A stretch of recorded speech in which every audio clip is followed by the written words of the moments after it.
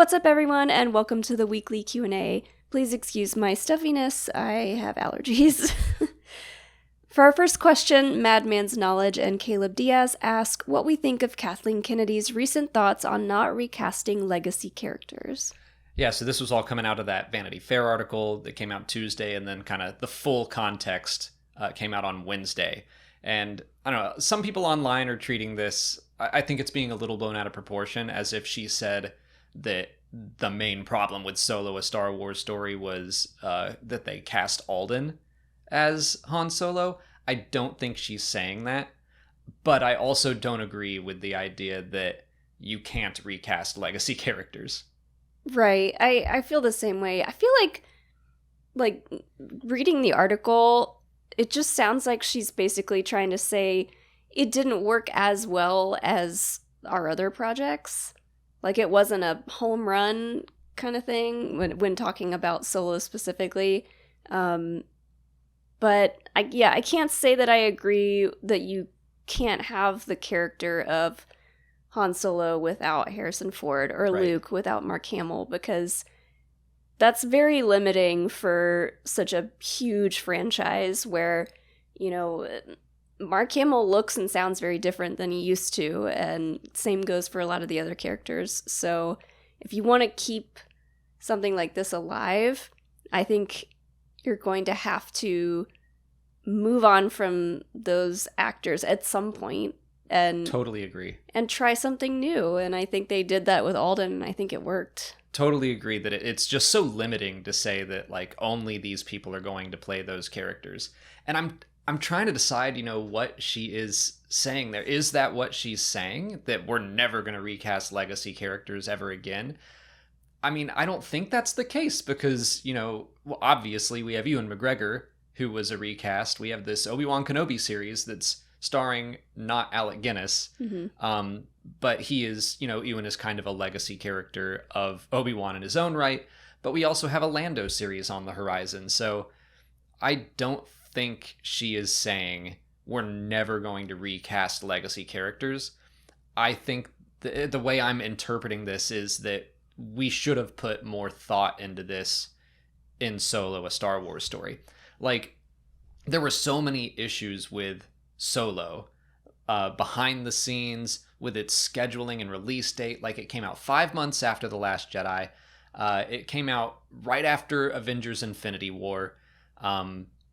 There were so many other reasons that movie's box office suffered. I would not put any of the blame at all on Alden Ehrenreich. Mm-hmm. Like, I went into that movie and he was my biggest concern. I was like, I don't know if I can see anyone else but Harrison Ford in this role. And I don't think Alden once dropped the ball. Like, I walked out of that movie like, he did it. Like, that was one of the best parts of the movie for me. Yeah. And I don't think she's saying in the interview that she thinks he did a bad job. I think she's just, she knows the fans' response to, you know, the idea of recasting a big character like that. And most people are like, no way. Like, you can't do this character without this person or whatever. But I mean, it doesn't help that we had just seen Harrison Ford as Han Solo in The Force Awakens not too long before Solo. So I don't know. In the case of the prequels, you know, of course we had Alec Guinness as Obi-Wan, but then how long since we saw him play Obi-Wan till we saw Ewan? So maybe that's a good point. Maybe we just need a bigger gap between the recastings. Well, that's what I think it comes down to: thoughtfulness. Like, nothing in her comment is super committal. You're right. She never mentions Alden's name. She doesn't say, like, oh no, Alden did a bad job or anything like that.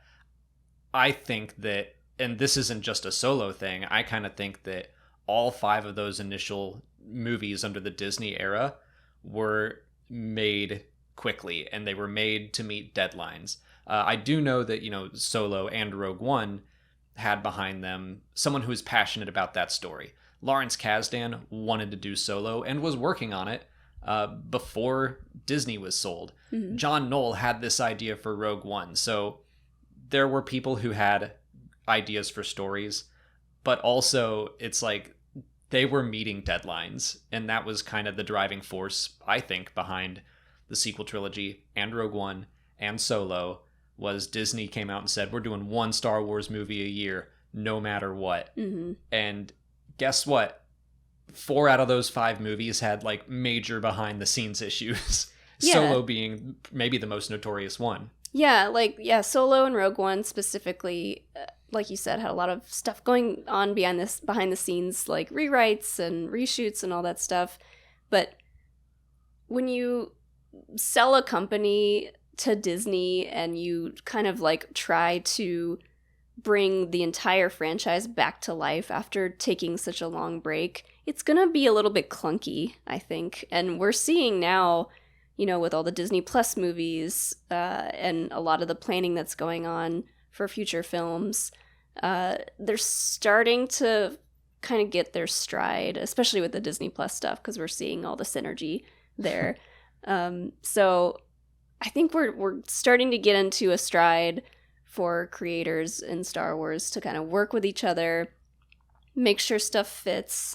And first couple of movies that comes out, like, I love all the movies, but first couple of ones out of the gate, like, might feel a little clunky. Yeah, I'm someone who was mostly happy with the 5 films, you know, to varying degrees, but I think that Disney spent $4 billion and they were like, what do we do to get that $4 billion back as quickly as possible? We make a sequel trilogy and we just crank out movies. Like, even though I think it's a miracle Solo came out as good as it did. Same with Rogue One, considering all of the issues that were behind the scenes on those movies. But yeah, I think that there was really a driving business decision behind it and not a story decision. And like you say, I think we're in a better spot now, especially in the film side, where they're not saying like, well, here comes a movie in 2022 because we said there'd be one. Like, now they're willing to take their time, figure out what they want to do, get filmmakers who are passionate. Like, even though Rogue Squadron is currently having issues, like, at least we know Patty Jenkins has like this vision and is passionate about the idea behind it. And they're not saying like, well, we said Rogue Squadron was going to come out in 2022 and here it is for better or worse. Mm-hmm. So I'm happy with all that. I think that what happened with Solo is that they didn't put a whole lot of thought about, to quote like the Jurassic Park thing, whether or not they should. I think Kathleen Kennedy was saying, we just ran with it because we needed a movie and this sounded like a good idea. And I think that they slapped a familiar name on the title. Solo, a Star Wars story. We're bringing Han Solo back. And I think they were like, that's all we need. Mm-hmm. And they barely marketed it. I didn't mention that earlier. Like, it got 2 trailers within a couple months. And it was like, I just remember being like, outside of Denny's. It did get us to go to Denny's for the first time. I mean, I treasure my Therm Scissor Punch trading card. I still have that. But outside of those things, like, there just wasn't much marketing push behind Solo. So, yeah, I don't know. I do think that she could have said all of that more eloquently. Mm-hmm. Like, instead of just talking about the recasting aspect of it, I wish she would have said, you know what, Alden did a great job, but here's what we learned from this. Yeah. Instead of just being like, I don't know, can we recast actors or not? Like, yeah, who knows? Kathleen Kennedy is, I picture her as like a more old school producer. She's worked on so many successful franchises and films, and she's done a billion interviews talking about said movies. And like any, or most people in an interview, they're gonna kind of like talk about stuff very vaguely and kind of go back and forth and say maybe a lot. Like, they're not gonna bash something or totally gush about it. They're gonna stay pretty much in the middle. That's just, especially when I kind of I assume that she didn't know that question was coming. You know, they're talking about the future of Star Wars and stuff. I don't know how Vanity Fair handles their questions. They might all get pre-approved, but I don't know. In my mind, I could see this being like we're talking about all these future series and a little bit about the future of films and also, what about this thing in the past? Like, that could have just been a question that popped up in Anthony Breznican's head. Mm-hmm. And then Kathleen was like, oh, I don't know, maybe we learned that? Also, there's that. We're reading this. We don't know how she said anything. Like, it could have been very much like a, I don't know, maybe we can't recast people. I don't know. Or maybe it was like, maybe we shouldn't recast people ever again. Well, you see the amount of success on shows like The Mandalorian and how much people just freaked out when we got Luke Skywalker in Mandalorian with the deepfake technology and all that. Like, you see that kind of success and that kind of hype, and then you look back at a movie like Solo, and for someone like Kathleen Kennedy, she's gonna be like, well, that just was a dud compared to this new stuff. So I don't hold it against her. I do hope that this does not mean going forward that we're going to continue to see deepfake after deepfake after deepfake of characters that we know and love. Like, it comes to a point where, like, you have to recast some of those people if you want to continue using them, because it just gets old. Yeah, and you know what she does say in that article, that we are also focusing on not going back to that well over and over again, that we need to expand Star Wars. And I'm like, yes, thank you. I don't want us to be in this situation where, every year it's like, okay, are we going to recast someone? Or are we going to do deepfakes? Or what's this going to look like? Like, just make new characters. Like, Star Wars is huge. And I'm glad that they are starting to look outside of the Skywalker saga and existing characters. Cyrus and Mr. J.D. Rice want to know our final predictions for Obi-Wan Kenobi before the series premiere. We have made a handful of predictions already. I kind of want to talk about 2 predictions we've already made that I think have been confirmed. And I will keep this one has not been confirmed. I will keep my wild prediction out there that Elon Sleaze Pagano is going to show up. That's my, like, there's no way that's going to happen, but I want it. I think it would be cool. Same with Dexter Jetster. He's, an underground informant kind of person. He knows things, so it makes sense that Obi-Wan might seek him out. With as much Dexter Jetster merchandise as they're putting out at Celebration, I would not be surprised. That's true. We're about to get, just like we have a big Max Rebo renaissance going on right now. Dexter Jetster's coming back. Yeah. But we have been predicting some things, and I read an article today, this is Thursday when we're filming this, from Entertainment Weekly, Rupert Friend interview, and I think he confirmed something that Molly guessed, and I was like, no way is that going to happen. But it sounds like we might get Inquisitor helicopter sabers. Like, he might actually use it to fly. Thoughts? Yes. Yes. I want to see it. I want to see it happen. I've seen very split reactions to this online already, of people going like, oh no, and beneath that, oh yes. I'm like, I read that and I burst out laughing, because I was just like, oh my god, they're gonna do it.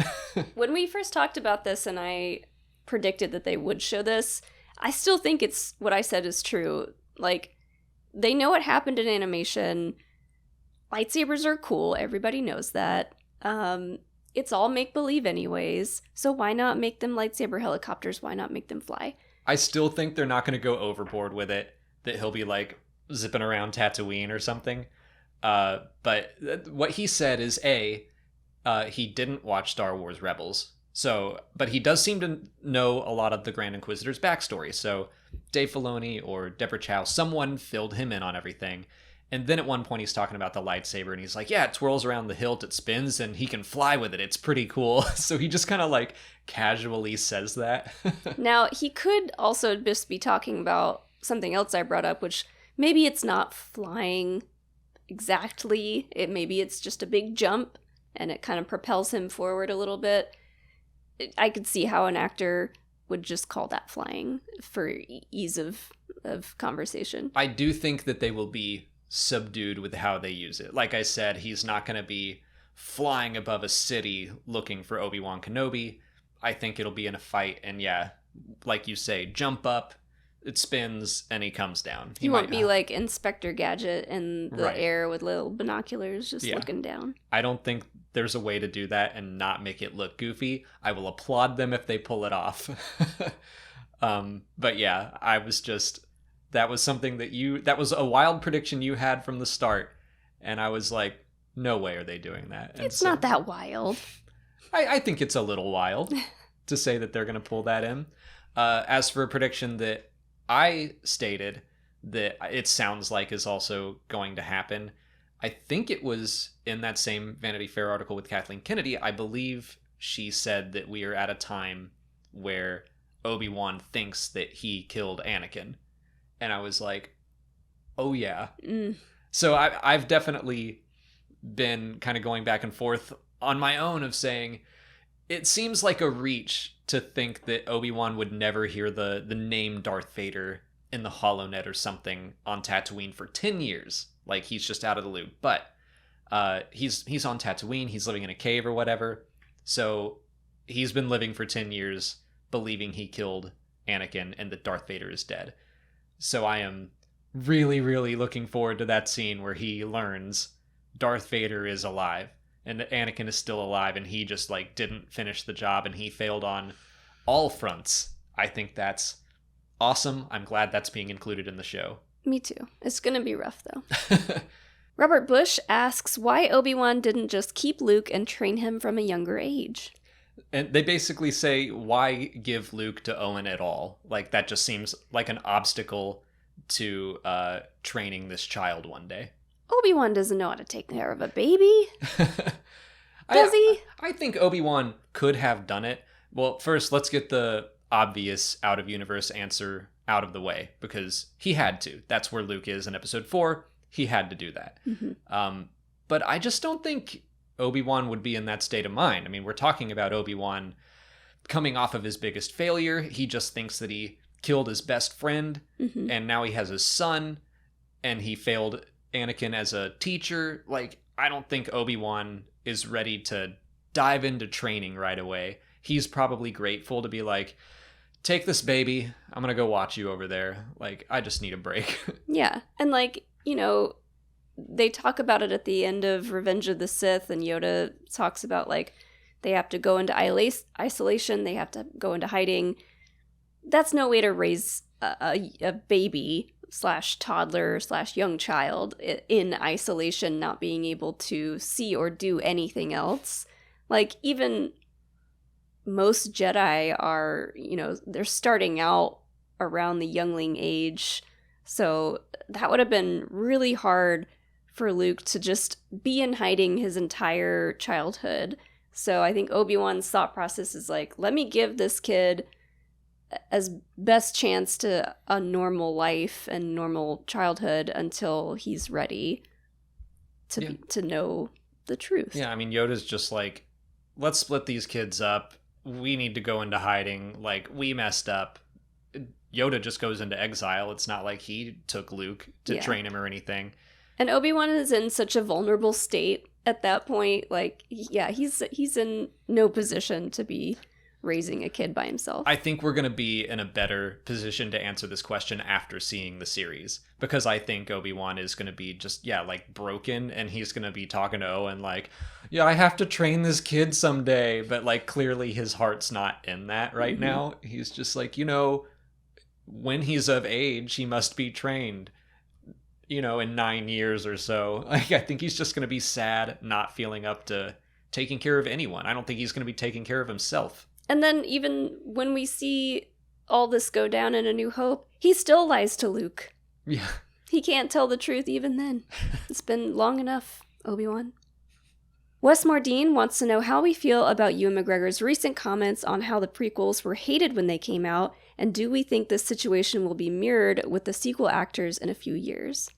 We've talked about this before, but yeah, it's relevant because now Ewan and Hayden are both talking about it a lot. But yes, absolutely.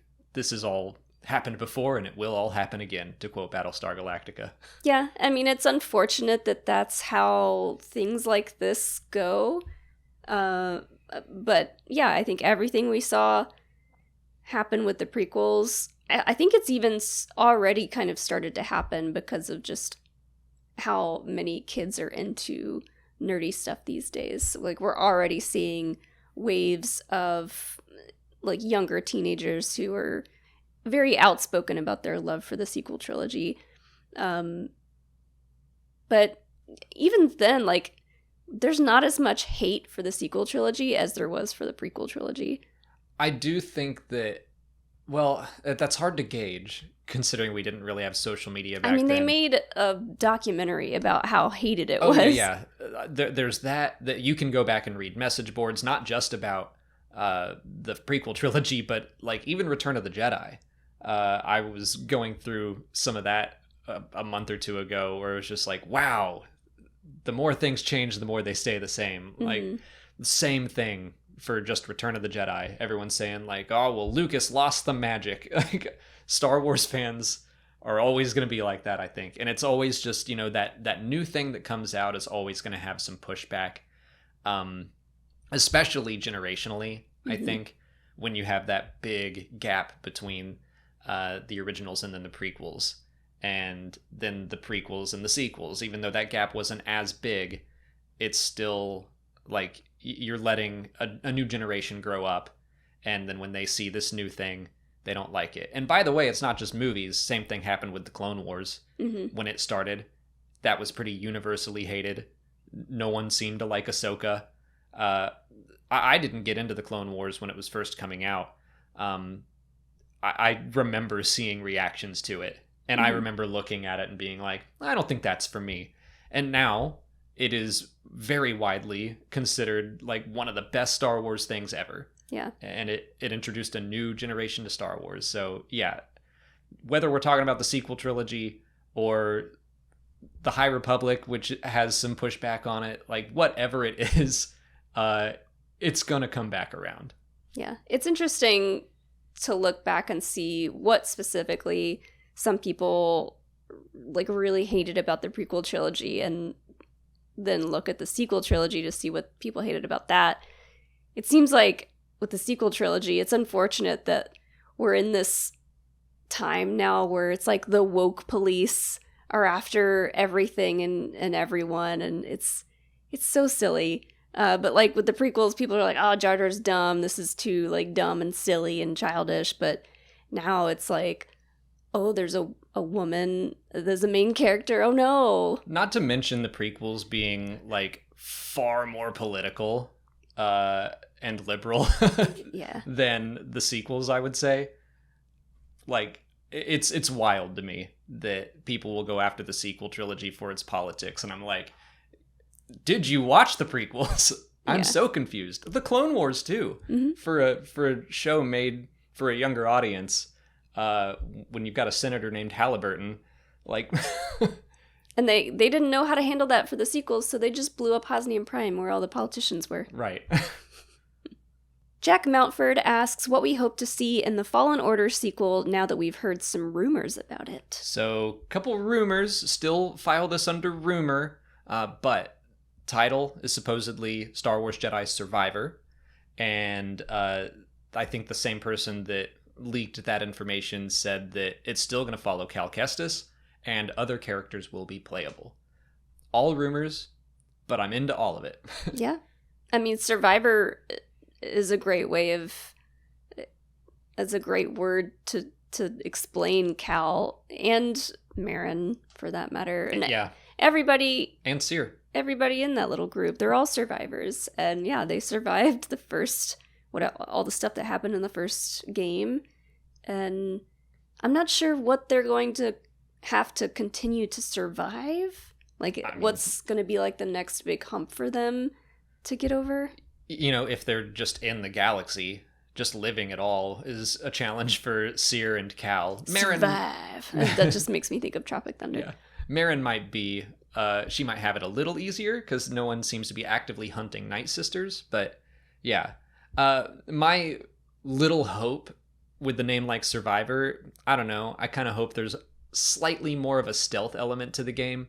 That's one thing that I feel like was missing from Fallen Order. I adore that game, but I wish you could sneak up behind stormtroopers or your enemies or whatever and do some stealth takedowns. Mm-hmm. I just feel like I would get close behind them. I would feel like I was creeping around, and then they would always turn around and start shooting at me. And I like stealth in video games. Yeah. What if this actually means that they'll be stranded on an island and there'll be like a TV crew there and a host? And they're going to vote Grease out Yeah. for using all the salt. Mm-hmm. Maybe. It could happen. I do like that you point out Marin and Cal as survivors. I kind of consider Fallen Order as a story about the two of them and Trilla, the same generation. They're all about the same age, and they went through some terrible trauma, and it's about how they all dealt with it in different ways. Unfortunately, Trilla's gone now, but Marin and Cal are still here. They're still surviving, Mm-hmm. and so if we're going to get other playable characters, it would be awesome. We've said this before, if you could play as Marin and learn to wield some Night Sister magic. That's something Star Wars has never done, and I think it would be awesome. Yeah, because we've explored Cal and him, learning to use the Force in different ways and learning to make upgrades to his lightsaber and all that stuff. He gets progressively better at all that stuff in the game. So it would be cool to be able to do that with Marin and her various powers, and that would be good game mechanics to work with too. On to YouTube questions. Michael Caddock asks when we think we'll see sequel trilogy cast members return to Star Wars. They also ask if it'll be in animation or live action or anything else. I still think that we are a ways off from that, although Tales of the Jedi gives me pause. I was going to talk about that too. I think animation would be our best bet to where we're going to see them pop up next. But yeah, if we're talking actual live action stuff, I think it's going to be a while, probably 10 years? I mean, again, based off what we heard in this Vanity Fair article, none of the series upcoming sound like they're going to be in the sequel era, unless you count the Mandoverse. It's kind of bumping up against there. But no, I think that we're going to be taking a break from not just the sequel trilogy era, but the Skywalker saga. Mm-hmm. It sounds like they do want to expand things moving forward. But something like Tales of the Jedi, which said it was an anthology animated collection of shorts, that I could see. We got the we could do a Rey Finn training story. I would love that. Yeah, and I could see both John and Daisy coming back for something like that. If it was a low commitment, you're just coming in, recording voices, and then that's it. Mm-hmm. I could see that happening. Yeah. Blake Davison wants to know if we'll see Cal Kestis in live action in Obi-Wan Kenobi or Andor. Nah. No? Nah. I would love it. I love Cal Kestis. I love him to death. But no, I don't think that's happening. Could we? Yeah, we could. But will we? Nah. I also don't think we will. I think he works really well in the game. But no, I don't think we're going to see him in live action. He could pop up in another story somewhere, like we said, about animated or in a book or comic. Sure. But I don't think they're going to I don't think there's a story out there to be told where they would need him to be in live action, unless they were just remake the games into a series or a movie. Yeah, I mean, I don't want the story spoiled for Fallen Order or Star Wars Jedi, I should say, 2 or 3 or however many. And if he pops up in Andor or Kenobi, I'll be like, oh, okay, well, that takes away some of the tension of playing the games. I will still play them and probably love them. But yeah, I do think that they purposefully have begun casting actors and modeling several of their characters after actors, specifically so that they have the option of pulling them into live action down the road. But I want Respawn to tell their story first, and then we can let Cal kind of explore the rest of the universe if anyone chooses to. Tyler Parker asks if we'll see a young Ben Solo in the Mandoverse. I don't think so, because at the time period right now, if we're 5-ish years after Return of the Jedi, then Ben Solo is 4 years old. Yeah. Maybe 5, depending on how much of a time jump there's been between seasons 1 of The Mandalorian to now. Yeah. I also don't think so. I kind of hope not, just because if we are seeing a young Ben Solo, that probably means we're going to see deep-faked versions of Han and Leia and Luke again, and continue to see, just CGI characters being brought back from the dead for stuff that we really don't need. Yeah, I agree. I mean, I'm like used to Luke. I've accepted that, yeah, we're gonna probably continue to see deepfake Luke. And I think it'll probably get better every time we see it, and I will be more impressed. But I don't think Ben Solo... I just don't think it's time for him to be at Luke's Academy yet. Yeah. Maybe, but I think that's a stretch. Yeah. I think maybe this is a hot take, but put that money towards something else, please. Like, put all the money that you're just funneling into these deep fake projects and put it towards something else. That's all I'm saying. I agree. I really do. Like, I want Star Wars to continue expanding. We've spent so much time with the Skywalkers, and I love them, but there are other things to do. Like, if they have money and they're like, well, do we do another deepfake character that people love and we know we're going to go crazy for? Or do we start an Old Republic series or something? I say do the Old Republic series. Yeah. They know what sells money, and it's hard. What sells money? What sells money? Yeah. They know what makes money and sells, and it's hard to peel them away from that, unfortunately. Can I buy your $20 bill with my $1 bill? No. Why don't you sell me your money? I'm very attached to my paper money. That's called greed. No, it's not. Mm-hmm. George Lucas says that's bad. Sell me your $20 bill. Only if... I don't know what I was going to say. True Blue wants to know if we'll see Bothens in Andor. Ooh, I think that would be the perfect place. Agreed. I totally agree. We're supposed to be doing a spy thriller series, and, Bothens are supposed to be like the spies to end all spies, or they were in Legends. They had a cool spy network. But I feel like that's a name that most Star Wars fans would be able to look back at and go like, oh yeah, from Return of the Jedi. Mm-hmm. Like, I think that Andor is the perfect place to do it. I completely agree. Yeah, because, we're getting a whole Kenobi series based off of a line in A New Hope. So let's get a whole, arc of episodes in Andor based off of many Bothens died to bring us this information. Right. They've been doing that for forever. Like, the book Brotherhood was basically based off of the Cato Nemoidia line. Mm-hmm. I think that it's time. I feel like Lucasfilm has been stubbornly waiting to show us canon Bothens, mm-hmm. And I don't know why. So I am curious to see if we see Bothens in Andor. Will they be those kind of horse goat looking people, or are they going to redesign them? Yeah, I don't know.